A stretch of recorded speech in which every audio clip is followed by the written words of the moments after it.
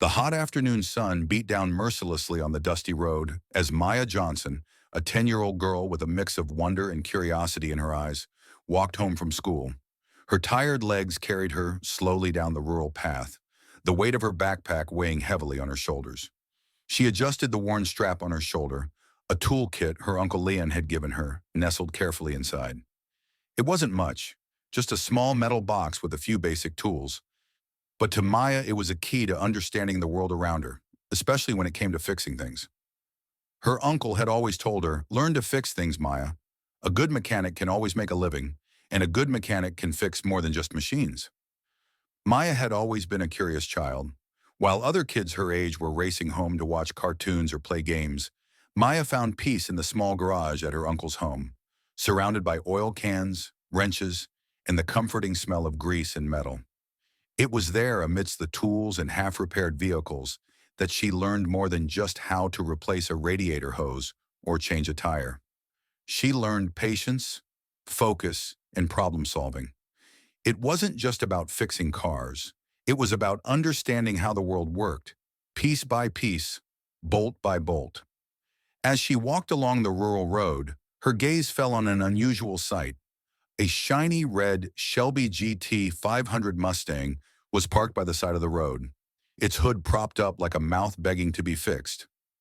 Maya stopped, intrigued. She had never seen a car like this in their humble neighborhood, and certainly not one so out of place in the rural area where she lived. She glanced around, wondering why a car so flashy would be parked here, on a quiet, desolate road far from the city. A man was pacing beside the car, his face scrunched in frustration as he spoke angrily into his phone. He was dressed in a dark suit, his appearance at odds with the rural backdrop. The man's voice was sharp, cutting through the still air. "I don't care how much you charge for the tow. I've been stuck here for 2 hours. I have an important meeting with the governor in less than 3 hours, for God's sake." Maya's instinct told her to keep walking.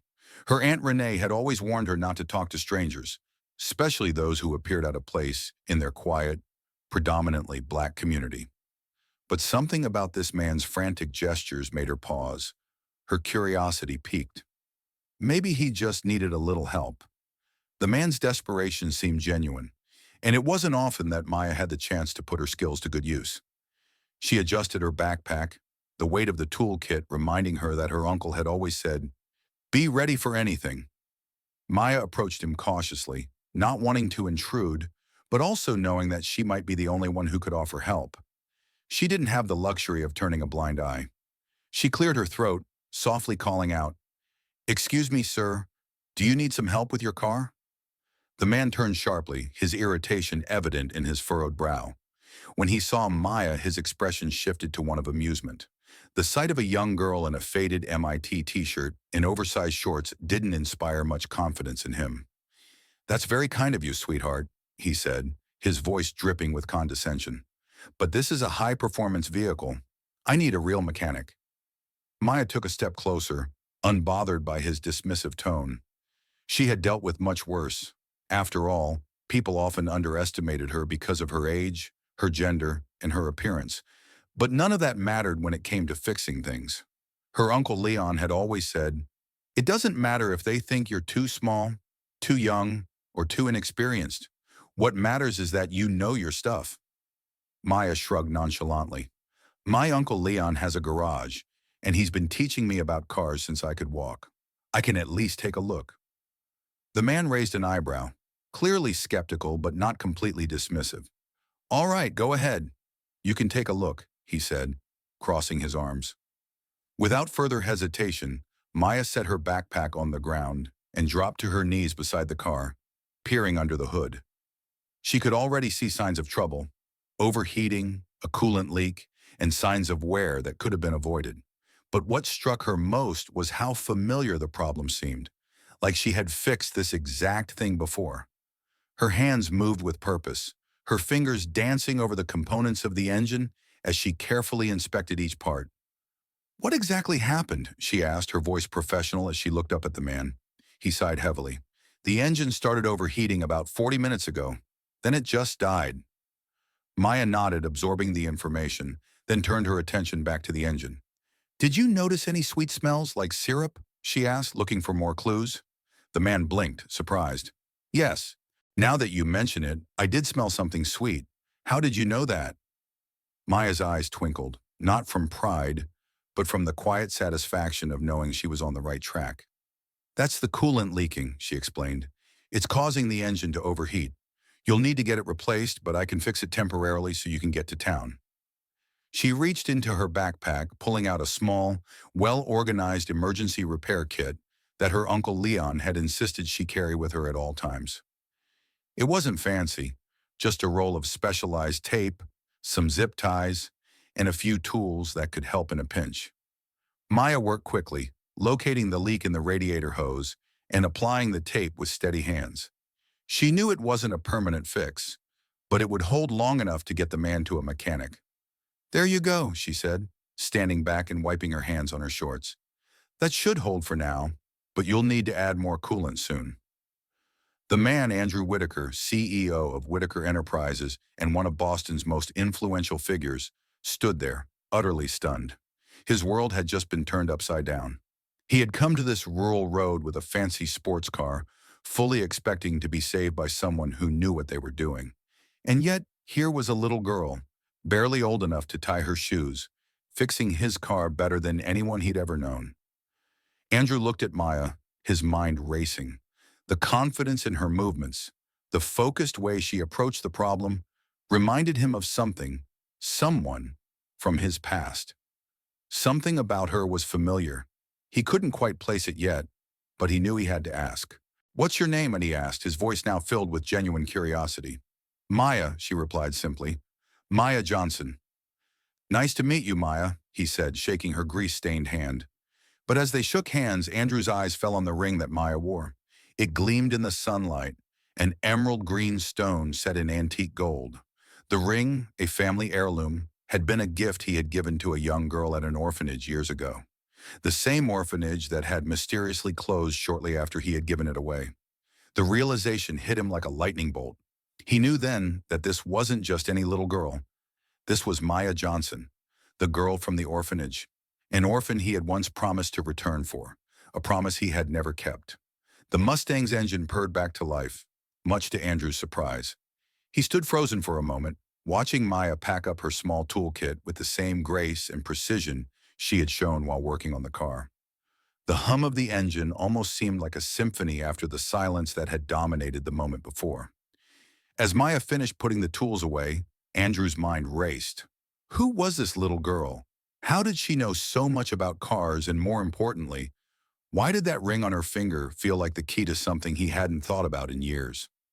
"Maya," Andrew said softly, breaking the silence, his voice still thick with disbelief. "Where did you get that ring?" Maya looked at him, her expression neutral but thoughtful. "It was my mom's," she said simply. "She passed away last year. She always said it was a promise, but I never really understood what that meant. She said one day I'd find out." The mention of her mother sent a chill through Andrew. It wasn't the sadness in her voice that caught his attention, though that was undeniably there. It was the way she casually mentioned the ring, the same ring he had given to a young girl named Maya over 12 years ago.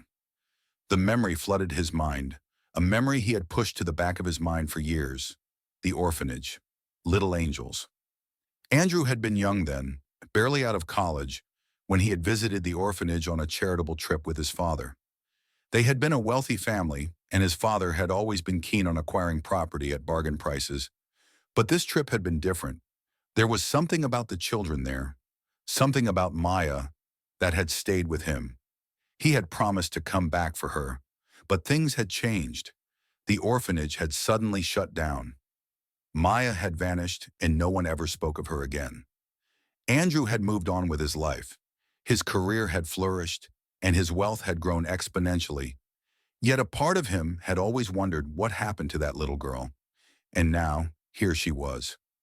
"Your mother, her name was Diana, right?" Andrew asked cautiously, his heart hammering in his chest. Maya nodded, surprised at how this man seemed to know her mother's name. "Yes, she was a nurse at Little Angels before she adopted me." Andrew's mind began to race, connecting dots he hadn't even realized were there. He suddenly realized that the girl standing before him wasn't just any young girl with a gift for fixing things. She was a living connection to his past, one that had been buried for far too long. "I knew Diana," he said, his voice barely above a whisper. "A long time ago. I... I gave her that ring." Maya looked down at the emerald stone, her fingers unconsciously twirling it around. She never really talked about it much, but she said it was important, that one day I'd understand. Andrew swallowed hard, his mind flooding with memories of the past. His father's ruthless business practices, the closed doors, the suspicious activities surrounding little angels. His father had never been the most scrupulous man, but even so, Andrew never imagined the depths to which his family's wealth and power could reach. "Do you know why your mother had to leave the orphanage, Maya?" Andrew asked gently, the weight of the question hanging between them. "Why she had to go into hiding?" Maya's eyes narrowed, as if trying to piece together a puzzle that had never quite made sense. "Not really. Aunt Renee and Uncle Leon don't talk about it much. They said Diana left to protect me." Andrew nodded grimly, realizing how much had been hidden from this young girl. "I think I need to tell you the truth, Maya," he said, his voice heavy with regret. "There are things about your past, about the orphanage, that your mother tried to protect you from." Maya's brow furrowed. "What are you talking about?" she asked, her voice tinged with confusion and suspicion. Andrew hesitated, unsure of how to explain the situation to a child who had already been through so much. "I was involved in the acquisition of Little Angels when it closed down," he began. "My father bought the property from the state at a very low price. At the time, we had no idea about what was really happening there. But there were documents, confidential files, that suggested the orphanage was more than just a home for children." Maya listened intently, her gaze unwavering. "What do you mean?" she asked, still struggling to grasp the enormity of what Andrew was implying. "Your mother, she was one of the key figures in helping to shut the orphanage down. But it wasn't just about money or property," Andrew continued. "The children there were part of something much bigger. My father was interested in them because of their unique talents, special abilities, abilities like yours." Maya's eyes widened. "What do you mean, special abilities?" she asked, incredulous. "Some of the children at Little Angels had extraordinary talents," Andrew explained. "Abilities that were valuable. Valuable to the military, to science, to corporations. Your mother, she left because she knew what was happening, and she didn't want you to be part of it." Maya was silent for a long time, absorbing the gravity of his words. She stared down at the emerald ring, her mind racing as she tried to process everything. Her world, already filled with confusion and loss, was suddenly coming apart at the seams. "I don't understand," Maya said quietly, her voice breaking. "Why would anyone want to use children like that?" Andrew's heart broke as he saw the pain in her eyes. "Because the world has always found a way to exploit the gifted, Maya. And your mother, she fought to protect you from that." The car's engine still hummed softly, but for Andrew the world felt quiet and still, as if everything had frozen in that moment. The little girl in front of him wasn't just a young mechanic. She wasn't just a child with a gift for fixing things. She was a symbol of everything that had been wrong with the world, everything his family had been complicit in. But now Andrew knew he had to do something about it. He couldn't let this story go on any longer. He had a responsibility, not just as a man of power, but as a person who had been part of a system that had hurt people, including Maya. He looked at her, determination hardening in his gaze. "Maya, I promise you this," he said, his voice firm. "I'm going to help you find the answers. I'm going to help you get to the bottom of what happened." Maya met his gaze, her eyes still filled with confusion, but now with a flicker of hope. She had never known a man like Andrew Whitaker, but in that moment, she realized that maybe, just maybe, there were people who could help her uncover the truth. "I'm ready," she said softly, still clutching the emerald ring tightly in her hand. And with that, the journey to uncover the truth began. The ride back to Maya's house was quiet, the weight of the conversation hanging between them. Andrew kept his eyes on the road, his mind spinning with thoughts of what he had just learned and the dangerous path ahead. The man he had been before, the ruthless businessman, the CEO, felt like a distant memory now, replaced by something far more personal, a responsibility to the truth, to the people who had been hurt, and to the young girl beside him. As the car approached the modest house that Maya shared with her aunt and uncle, Andrew's mind was already planning. He had made a promise to her, and he wasn't about to back down. There were too many questions to be answered, and far too many pieces of the puzzle that needed to be put together. Maya, Andrew said softly, glancing at her out of the corner of his eye as he parked, I want you to know that this doesn't just concern you anymore. This is bigger than us, and I'll do whatever it takes to make sure you get the answers you deserve. Maya nodded, though her face was still filled with confusion and uncertainty. I just don't understand why anyone would hurt people like us. Just because we have gifts, she said, her voice trembling slightly. I know, Andrew replied, turning off the engine and looking at her with sincerity. But that's what we're going to change. We're going to take this as far as we need to. You deserve to know everything, and we're going to expose the truth.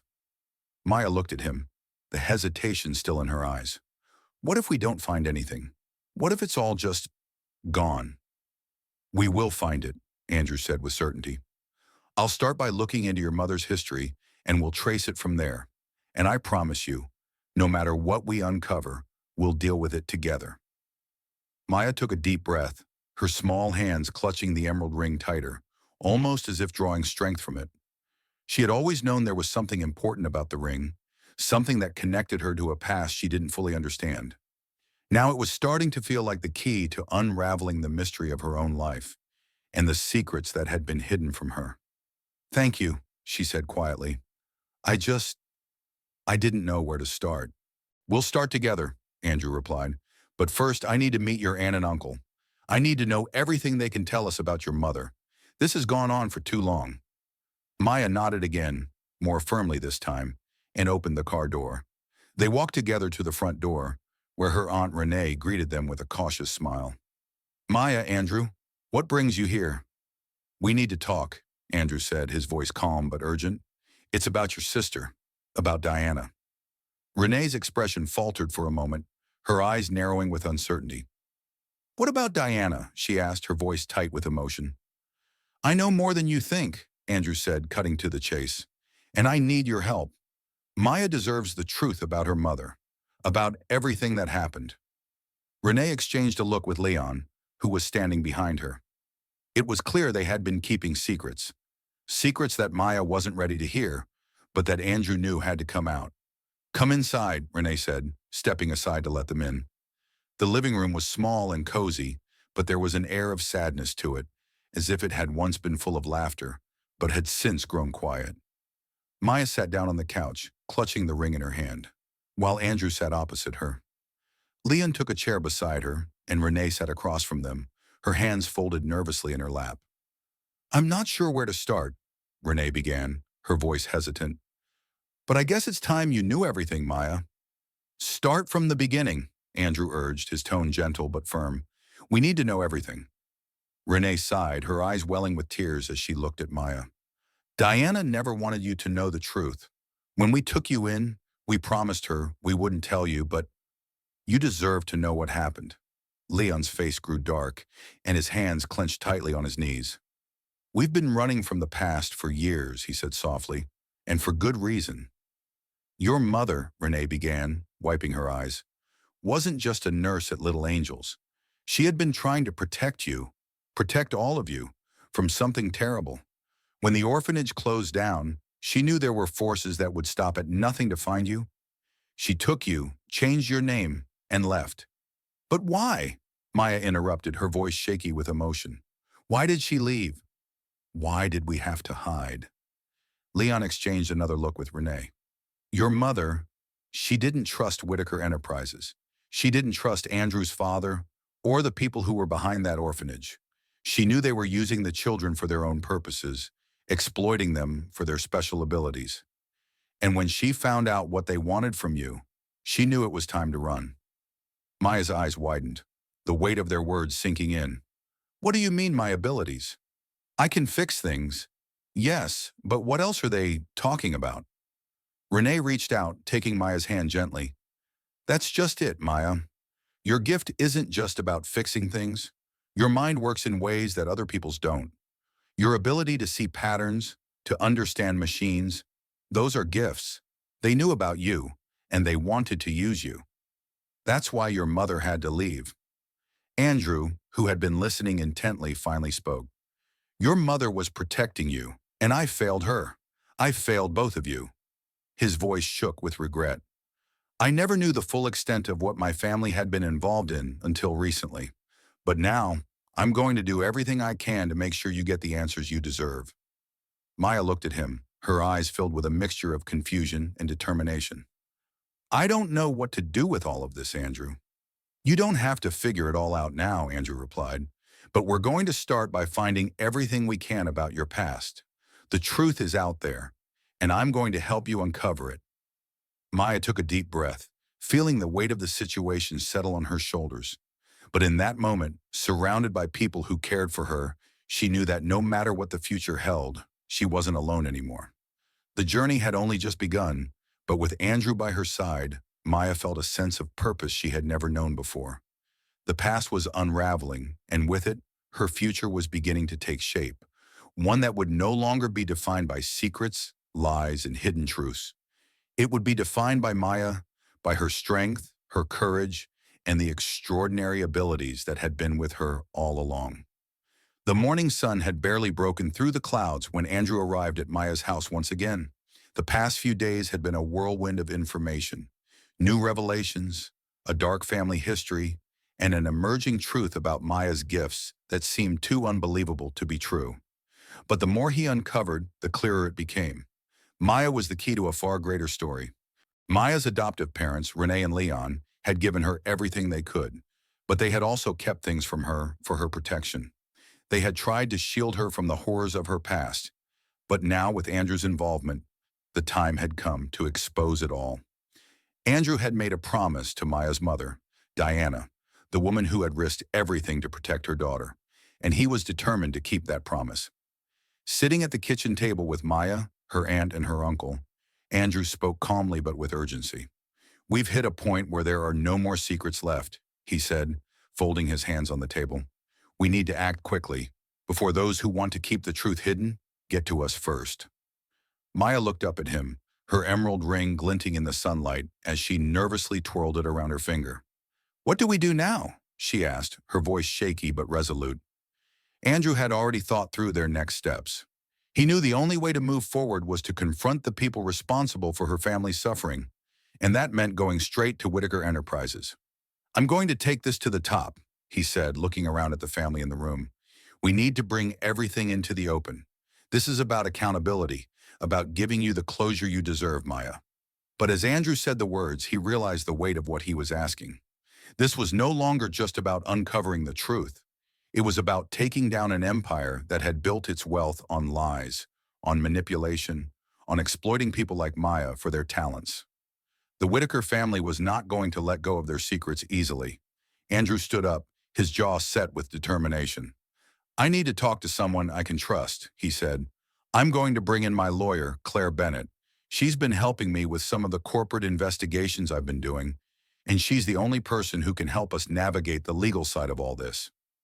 Leon looked at Andrew, his brow furrowed. And what about my brother-in-law? Do you really think Howard will let you just take this all away? The Whitaker family won't go down without a fight. I know, Andrew said, his eyes hardening, but they can't hide forever. The more we dig, the more we'll find. And I promise you, we will get the truth. This is bigger than any one person. It's about what's right. As the tension in the room hung thick, Maya stood up. What do you need me to do? She asked. Her voice was no longer that of a frightened little girl. It was steady, determined, almost defiant. Andrew smiled at her, impressed by her bravery. You're going to need to stay strong, he said gently. There's still a lot to uncover. We'll have to go through your mother's old records, and we'll need your help to piece together everything we can about Little Angels, the orphanage, and the Whitakers' involvement. Maya nodded. I'll do whatever it takes. I want to know the truth. Andrew felt a surge of pride for the young girl in front of him. She had already proven that she was more capable than most adults he knew. Her gift, her ability to see things that others couldn't, had already begun to shape the future of this investigation. The next few hours were a blur of phone calls and frantic planning. Andrew and Claire Bennett met in his office, where they discussed the legal complexities of what they were about to undertake. Claire was sharp, pragmatic, and had a deep understanding of the power structures Andrew was up against. "If we want to expose the truth, we'll need undeniable evidence," Claire said, flipping through a stack of papers. "You'll have to be prepared for everything, Andrew. They won't go down without a fight, and they'll use every resource they have to discredit you." Andrew nodded, his mind racing with thoughts of how to approach the investigation. But as the day wore on, something began to feel clearer to him. He wasn't just fighting for justice for Maya or her family. He was fighting for the truth itself, the truth that had been buried for far too long. Meanwhile, Maya spent the afternoon with her aunt and uncle in their small workshop. She had always felt comfortable here, surrounded by the tools and machines that her Uncle Leon had taught her to fix since she was a little girl. It was a world she understood, a world where everything had a purpose and where everything, no matter how broken, could be fixed with a little time and effort. Leon had set up a workbench with several old radios and mechanical parts for her to tinker with. "I know this is hard for you, Maya," he said as she sat down and began to inspect the first radio.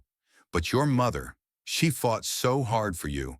I know you'll be able to handle this. Whatever happens, we're here for you." Maya smiled faintly, her hands moving with confidence as she took the radio apart. "I'm not scared," she said softly. "I just want to know the truth." Later that evening, Andrew met with his private investigator. The investigator had been looking into the records of Little Angels and the Whitaker family's involvement for weeks, but now it was time to make their next move. "I've got a lead on the missing documents," the investigator said, showing Andrew several pages of files that had been hidden away for years. "It's just a matter of getting to the right people and making sure the evidence is sealed before it disappears." The tension between Andrew and his father, Howard Whitaker, was growing more intense by the hour.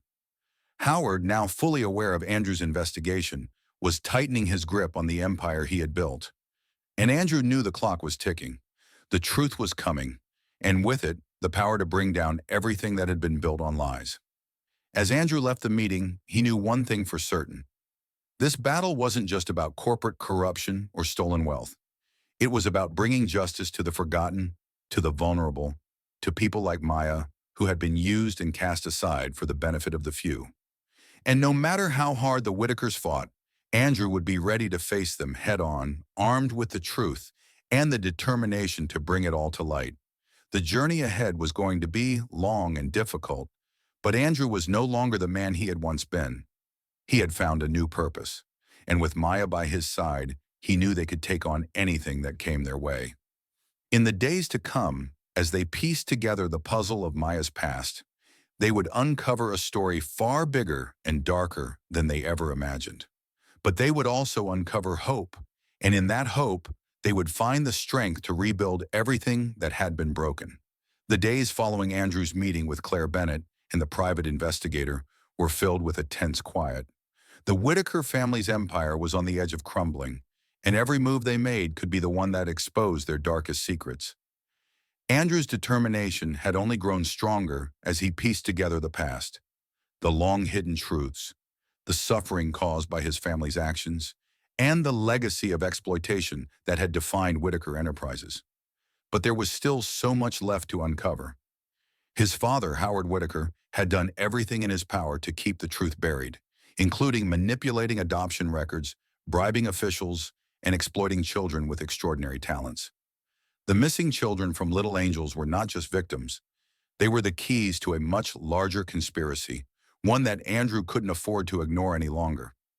Andrew's mind kept returning to Maya, the young girl with the emerald ring that held the secret to everything. As Maya continued to work on the engineering projects with her Uncle Leon and Aunt Renee, Andrew couldn't help but marvel at her incredible talent. She had been able to identify and fix machines from an early age, a gift that not only made her stand out, but also tied her to a legacy she had never known. On one particularly quiet evening, Maya sat with her family at their kitchen table, flipping through some of the documents that Andrew had sent her. They were records from Little Angels, old adoption files, birth certificates, and handwritten notes left behind by her mother. The more she read, the more pieces of the puzzle fell into place. Her mother had known the truth all along. Diana Johnson had risked everything to protect her daughter and keep her safe from the Whitakers' reach. Maya's fingers trembled slightly as she turned to the final letter her mother had written to her, a letter she had only recently found hidden in the attic of their home. It was clear that Diana had known the danger they faced, but she had also known how to fight back. The letter spoke of how Maya's extraordinary abilities were seen as a threat, how the Whitakers had targeted children like her for their own gain, and how Diana had taken it upon herself to protect Maya at all costs. As she finished reading the letter, Maya felt a deep sense of clarity. The road ahead wouldn't be easy, but it was the only road worth taking. She had to confront the Whitakers.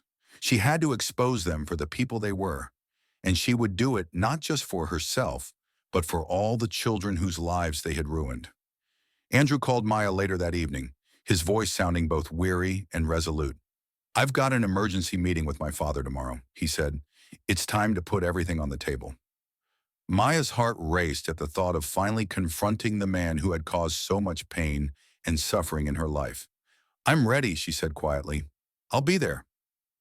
The following morning, as the Whitaker Enterprises building loomed in the distance, Andrew could feel the weight of what he was about to do.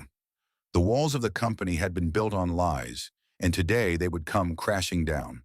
As he entered the conference room, he was greeted by his father's icy gaze. Howard Whitaker was seated at the head of the table, his usual air of arrogance and control surrounding him like a shield. The room was filled with top executives and legal counsel, all nervously shifting in their seats. Andrew knew that this would be the moment of truth, the moment that would change everything.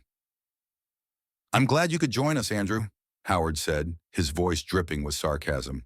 "I assume you've made your peace with our business practices?" Andrew walked calmly to the front of the room, standing tall before his father and the others.